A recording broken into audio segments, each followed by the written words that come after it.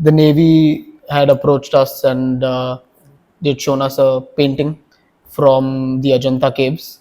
So it's a painting from about 2000 years ago, and in the painting you can clearly see a ship that has a bowsprit sail. It has three masts in the painting. It also has steering oars rather than our conventional rudders, Yeah. and it has an eye, and then you can see gallows on which the oars are resting. So that was really one of the only pictographical or any kind of information that was available to us, or Name rather the stitch ship. Yeah. From my understanding, the implication is that no use of metal or nails. Yeah. And everything in that is sort of woven together.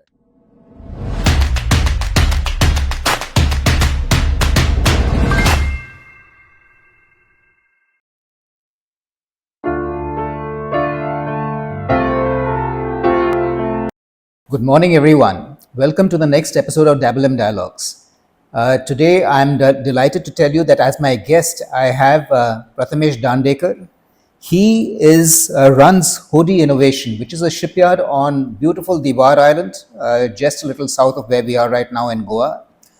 And he was responsible for designing and building the Stitch Ship, which is a project we will be talking about in this episode.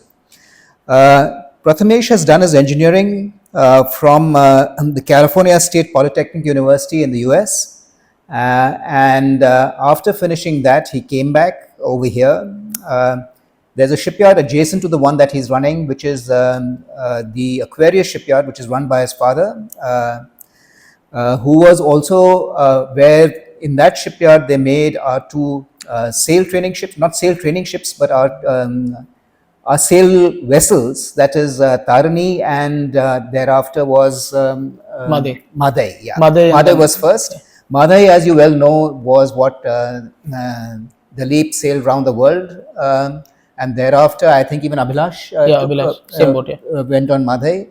And Tarini, I think, is just on her way in with two young naval lady officers who are completing their circumnavigation either today or tomorrow. Yeah, I think one of these days. Yeah. So, Prathamesh, can I ask you firstly to tell me a little bit about your background and about the shipyard that you're running? Yeah, so I am a third generation boat builder. So my granddad was a naval architect and he had his own small yard. Subsequently, dad started his own yard, and now I have joined and started my own yard. And I studied in the US, as you mentioned. I was there for some time, and then about 3-4 years ago, I came back and started Hodi, to give my go at the. So the Stitch Ship project was quite a crazy project actually. Like the Navy had approached us and they'd shown us a painting from the Ajanta caves. So it's a painting from about 2000 years ago, and in the painting you can clearly see a ship that has a bowsprit sail. It has three masts in the painting. It also has steering oars rather than our conventional rudders, and it has an eye, and then you can see gallows on which the oars are resting. So that was really one of the only pictographical or any kind of information that was available to us, or rather is available to us today. Today we have the ship, but before we did build it, it was the only kind of concrete evidence that we had. So that was what the brief was on. We were asked to build the ship that we saw in the picture. So that's how the project came, and it's quite an exciting opportunity to take up something that's quite out there and very different from what we conventionally do. We're mainly into fiberglass boat building, so to really like go back and build like they did thousands of years ago is So I think what's really unique about the program, of course, firstly the design, essential design, meaning you're creating a design out of a photograph, really. Yeah. And that to a very, I would say, a sketchy photograph in that sense. Yeah. But the name, the Stitch Ship, yeah. From my understanding, the implication is that no use of metal or nails. Yeah. And everything in that is sort of woven together. Yeah. Yeah. So can you tell us a little bit about that? I mean, what is the basic design concept on this vessel? So the boat is essentially stitched together, and it's stitched together with coconut fiber, so coir rope, and this is coir rope that's been salt cured. So not just the coir rope that you see in the market today. This rope has been soaked in salt-rich soil for quite some time before Right. the rope is made. So it's kind of pre-seasoned. So that kind of rope is bought, and it's stitched together in the sense that the planks have holes made into them, and it's stitched together with this rope in a pattern like, called an Okay. IX pattern. Okay. So if you see the ship, Yeah. you can clearly see this IX pattern. So that's the premise of the construction, and And how do you seal the planks together? I mean, I can understand that you've got two adjacent planks where you've drilled holes and stitched them together, but how do you prevent water ingress from the seams? so every joint, in between every joint rather, there is a mixture of fish oil and kundrus. So fish oil is, we've used sardine oil, and kundrus is tree sap Okay. that you find, and that's powdered down, melted, and mixed with fish oil, and it creates a really tacky substance. So that tacky substance is painted between the joints, on top of which a gauze like cotton fabric is put, and then the entire stitching effort is done. And the whole idea is that once the vessel goes into water, the planks take in the water, Yeah. So they swell they slightly. swell up, Yeah. and when they swell, if this is the plank to plank joint, Yeah. It becomes it sort butts up against each other, okay. and So it becomes absolutely watertight. yeah, and this tacky gum that we use Yeah. never hardens like a rock hard consistency, and that's because the hull is flexible. So if it hardened, it would crack. Okay. So it always remains a little bit malleable, a little bit tacky, to kind of account for that flex in the hull. So while I've been fortunate to see this the vessel under construction, numerous times before its delivery, but just for the sake of our viewers, can you give us a rough idea of the dimensions, the weight, etc. of the vessel? So the vessel is about 20 meters in length approximately. Okay. Length overall, it's about 6.5 in width and about 4 meters in the middle in height. And by itself, it weighs about 25 tons. But there is an additional 25 tons of ballast Okay. that is added for stability. So this ballast is in the form of gravel and lead, Yeah. which is at the bottom of the ship. And so together, the ship is about 51 tons Okay. as floated. Yeah. And to convert, I would say, a photograph into a design, and that to a design that is, required to sail, not only along coastal waters but into the high seas as well. How did you go about this on the design aspect of it all? So there was a lot of research that was done. We did a lot of reading, read about history of India. There are a few books. There's a book called Yukti Kalpataru that's there, that has some information. And then you have these paintings and coins, and you get a sense of how this ship is Yeah. supposed to look. And the Ajanta painting is quite vivid. Like you can really see that it was Okay. a wide-bellied ship, and it had a bowsprit sail, and so there were a lot of design elements that we had to take Right. inspiration from.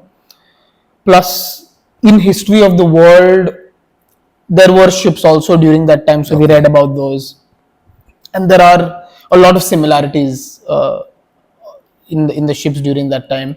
So reading a lot of like Indian history, we found some books online, Right. about Indian history, which talked about boats being built, what woods were used, and although it was a little bit more recent, it gave us a good idea of Okay. how to begin to design. And then we did an initial design, and the way we did it for this boat was we made models for our designs Right. in house, and we tested them in house.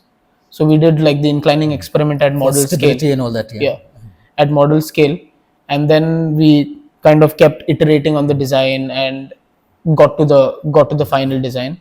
Plus, simultaneously, we also have the involvement of IIT Madras and Okay. Indian Register of Shipping, Yeah. who are also checking for various aspects of the ship. Right. So, okay, once you've got the design, two problems come to my mind after you've got the design done. Firstly, is let's talk about the first. identification and sourcing of material. I mean, finally, you have to choose the wood, you have to choose the hemp, you have to choose the fish oil, the materials that you're going to use to put together. How did you go about that? And firstly, after you choose them, to source them, because I mean, it's not that easy to find these long planks and things Yeah. like that. So sourcing and finding the material was before we started building like a Yeah. very major challenge. So we signed the contract in July, and we started building in December. Okay. So design, finding out what material to This use. is all 23. Yeah? 23, yeah. Yeah. So it took us that much time to really figure out, like what wood to use where, and where to get it from. So the sourcing of the wood and choosing of the wood was really a mix of what we had read, Right. what we can even see in Goa today. So these stitch ships were prevalent in Goa as well, although small in size, canoe size for fishing, but stitched boats were prevalent in Goa. So you can even go and see what wood they use, and generally it's wood that you find in your vicinity. Locally, So yeah. reading, then plus the little that we know, plus Babu Sankaran, the artisan, was also already involved Okay. by that time. So from his experience, what woods he is comfortable using, what he's used in the past. So it was really an amalgamation of various pieces of information. So we decided that the keel of the boat, so the bottommost part of the boat, would be in a wood called matti. Okay. So matti is the state That's tree. again a local wood? Yeah, it's a state tree of Goa. Okay. And in Kerala they call it karimarathu. Okay. So that was the wood that was used for the keel. And then the planking was done in a wood called Anjali. In Kerala, it's called Anjali. It's wild jackfruit. The frames were in regular jackfruit, the one that we eat, Okay. which is also widely available in Right. Goa. And all of the structural members, so the stem and the stern, the beams, the mast, the gallows, the oars, so they were all in teak, which is also widely available. So a lot of the wood was sourced from Goa, Yeah. and a lot of the longer pieces from Kerala, Okay. because you can't find long pieces of wood in Right. Goa, unfortunately. So we did source a lot of the longer pieces wherever required from Kerala. Okay. Okay, so now you've got a design, you got the materials. Now putting it all together. I mean, the artisans. Yeah. Yeah. So you mentioned Babu Sankaran. How did you come across him? How did you identify him? What are his? If you can walk us through as to what is his experience in this field, and how did you put a team together? Finally, it's not one person who's building a boat, but an entire team. Yeah. So if you can walk us through about the people, identification, and how you put this team together to build the boat. So Ship, yeah. Babu Sankaran was identified by the Navy. Okay. So he is experienced in this sort of carpentry Yeah. and stitching. So the way it works is there are villages in Kerala that have this art that has been passed down from generation to generation. So there are villages of carpenters and villages of guys who stitch, and they build these small urus and other boats in Kerala. And Oman has this culture as well, Right. of stitching. So Babu Sankaran has been in Oman for the better part of his life, Okay. doing these sort of projects, stitching together smaller boats. So he's done a couple of projects there as well for the Omanis that are similar in nature to us in terms of the stitching. And so that's how he was involved. There was a similar project that the Omanis had done, in which he was also involved. So that's how the Navy got to know of him, got in touch with him, and involved him in this project. So he brought together his team of carpenters and his team of stitching. So they're, again, as I said, from two different villages. So you have Roughly how many people? there was a team of 21 artisans who were employed on the project, then, and plus all of my boys. Yeah. Can you tell us also, for the benefit of our viewers, about how basic this vessel is? I mean, from my understanding, you don't have a rudder post, you have, handheld rudders, you don't have an engine, you don't have cabins, you've just got a large hold. So can you just talk us through about that? Yeah. So the boat in itself, as you said, is really bare bones. Like it's as it was thousands of years ago. And so let's start with the rudders, like you mentioned. Conventionally today we have a rudder, we have a normal regular rudder that we all know about. So in this boat there is no rudder per se. There is something called as quarter oars or quarter rudders, so which are two oars that are hanging off of gallows, and it's like a really massive oar Yeah. that you just move in a socket, Yeah. and that acts as a rudder. So it's two in number, Yeah. and you have to kind of simultaneously move them so that they can propel. So you require two people at least to steer the ship at any time. Yeah. So you require at least 15 people to really Yeah, but really at, run. from a steering standpoint, At least two people. Yeah, because I think they're quite big. You might require more than one also Yeah, to work you them. you need two guys to Yeah. to be moving it, and Yeah. it also has a bowsprit sail in Yeah. front, which can also guide in turning and guide in giving some sort of direction Okay. to the vessel. Yeah. So if you're saying 15 people at any given time, is that 15 people in one shift or in one watch? Would that be the system, or 15 altogether is what you're looking at as a crew to take this vessel from place to place? So 15 is the crew. Okay. So we are actually yet that's the next Yeah. next step of Okay.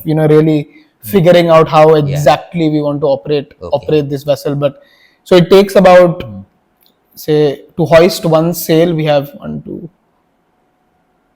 about 4 or 5 people Okay. to hoist a sail at a time. Yeah. So there's two sails. Then you have the bowsprit sail, which you need another two people, Okay. and then you have the guys on the rudders Right. plus somebody on watch. Yeah. So It's all in about all, about 15, 16 about people. 15 people Yeah. are needed if you want to simultaneously Okay.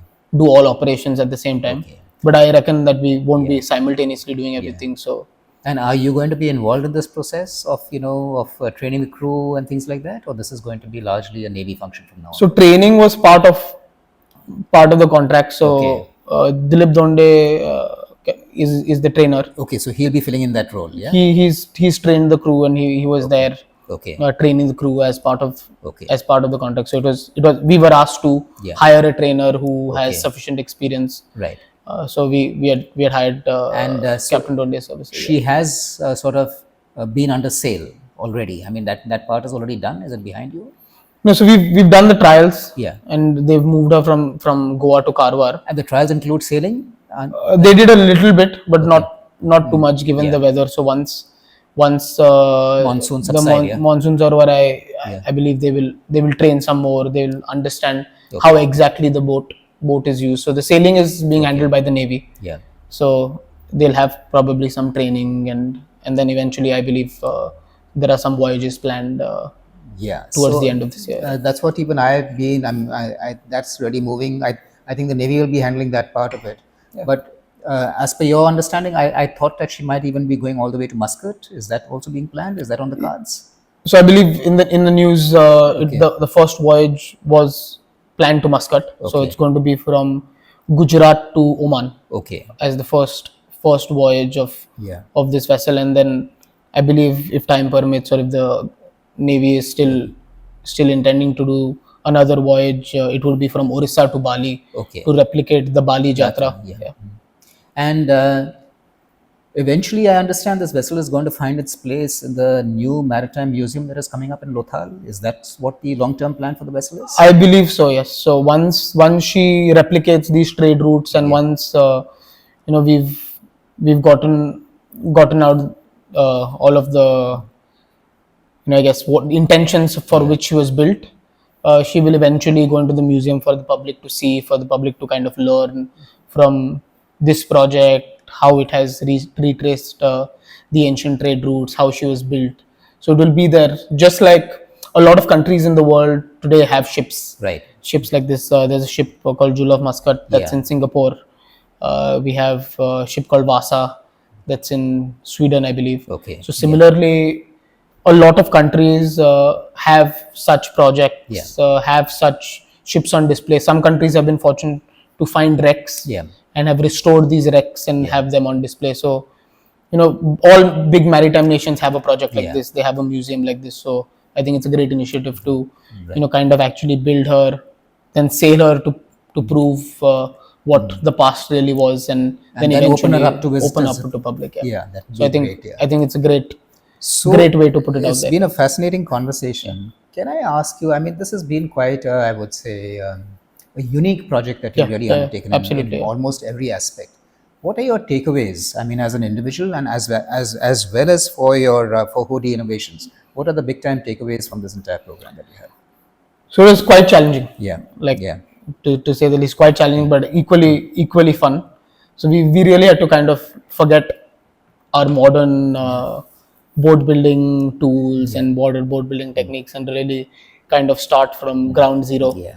and relearn stuff that was done thousands of years ago. So that was really fun. It was really great looking at how the artisans, they're really proud of their Right. craft, and like they take a lot of effort, a lot of pride in doing the work that they do, and it's been a great journey. Even kind of working with them and seeing them, practice a Yeah. craft that was thousands of years ago, and we learned a lot.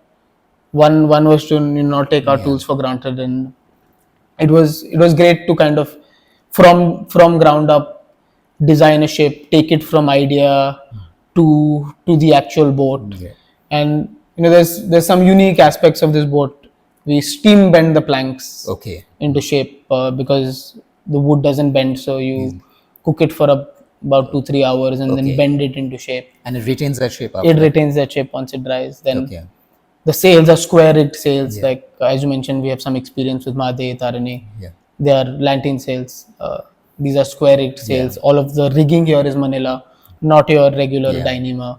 And everything is wood. Yeah. Everything is wood. All the frames are stitched together. So it really goes against all of your modern notions of boat building. So that was quite interesting. It was quite a challenge, and it was fun. It was fun to learn, fun to work with a diverse set of people. And one of the biggest things was meeting a lot of people. So this project kind of brought together a lot of people from various walks of life, like various ages. Like you and I met Yeah. through this project as well. Similarly, we've met a lot of people. A lot of people have been calling, interested. Something very nice happened for all the years that the yard was on Diwar Island. None of the locals ever came to the yard. Okay. And toward the end of this project, a lot of the local populace was coming to the yard to see this boat. So it was really nice that it was bringing people together. So I think that's honestly the biggest takeaway, that it kind of brought a lot of people together towards like a common goal. Yeah. So thanks, Prathamesh. Really, thank you for taking the time out and Thank you, speaking to us. It's been a fascinating journey, and I'm sure this vessel will do us all proud as she sails to various parts of the globe. Maybe in the immediate to not too far, but in the regional context. And eventually, I mean, to have this in the museum for people to come and watch for years together, it's going to be pretty fascinating. I was fortunate, in fact, to see the Maritime Museum in Sweden, where they had these, voyages that were taken by these famous Arctic, explorers. And they've got these vessels which are absolutely preserved and put over there. So this is going to be something similar. So thanks again. Wishing you and your Hodi innovations the very best for all times to come, and look forward to many such conversations in future. Thank you for having me.